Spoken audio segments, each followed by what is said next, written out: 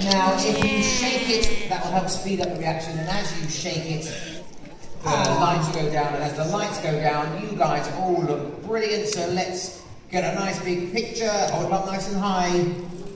Excellent stuff, good work everybody. Now, I'm sure you've all seen glow sticks before at parties and raves and discotheques, but they also have a very practical use. So they're used by the emergency services and the military, because you've just seen that to make the stick glow, you don't need to have an external energy source, you don't need to plug it in, you snap the inner tube, the two chemicals will mix, chemiluminescence will occur, and the stick will start to glow. So it's used by the emergency services for locating individuals, bits of equipment, and locations, which means the glow stick is a very good example of how science can be both fun and practical. Indeed it can. Now, Eve, to say thank you very much for coming up, I'm going to give you one of our programmes, and in here it talks about all the different energies, all the experiments, the inventors, there's quizzes at the back as well, so that's for you to say thank you very much. You can take that home with you.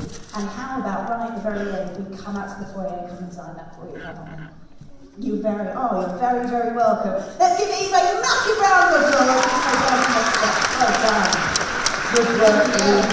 And I was there waiting for whoever gets their hand up. Oh, nice. did you get both? Your hand just that hand up. good. That's Just one up. Well done. That's a bad throw, I'm very sorry.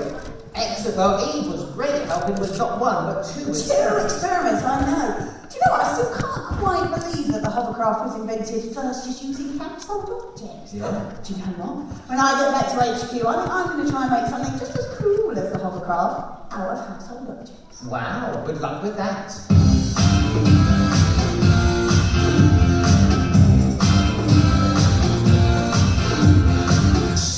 Alright, so now we're getting to the heart and soul of how the universe works. We spoke earlier that everything is made out of atoms.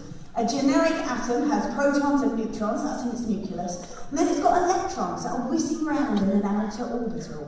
When these parts start to build in specific numbers, you start to get atoms with recognizable traits. For example, if you had 8 protons, neutrons, and electrons, you would have an oxygen atom. So, similarly, if you had, say, 7 protons, neutrons, and electrons, you would have nitrogen. Now, each of these elements are completely unique, although they are quite similar due to their subatomic parts. Atom is the general term, but everything is made up of atoms. The term element is used to describe atoms with specific characteristics. And there's probably about 120 elements. But let's take your body, for example. There are billions and billions of atoms within it, but you might not find more than, say, 40 different elements within it.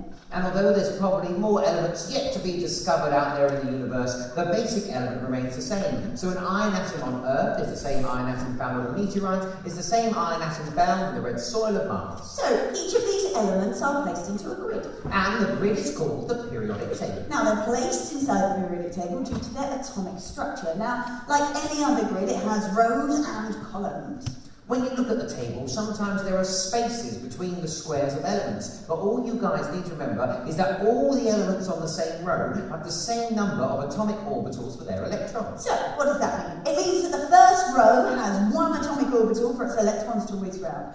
The second row, that has 2 orbitals. The third row has 3, the fourth, 4, and so on and so on. And there are special names for the rows and the columns. The rows are called periods, hence the periodic table, and the columns are called groups. Now, we do realise that when you look at the table, sometimes it can look a bit scary, a bit daunting, and a little bit confusing. But way back in 1959, while studying at Harvard University, the American Tom Lehrer came up with a way of learning every single element in the periodic table in under 2 minutes. Every element? Every element. In under 2 minutes? In under 2 minutes. No, that can't be done. Well, it can be done. Can you do that? Well, I hope so. No way! Yes way. After all, I am the very model of a modern major scientist.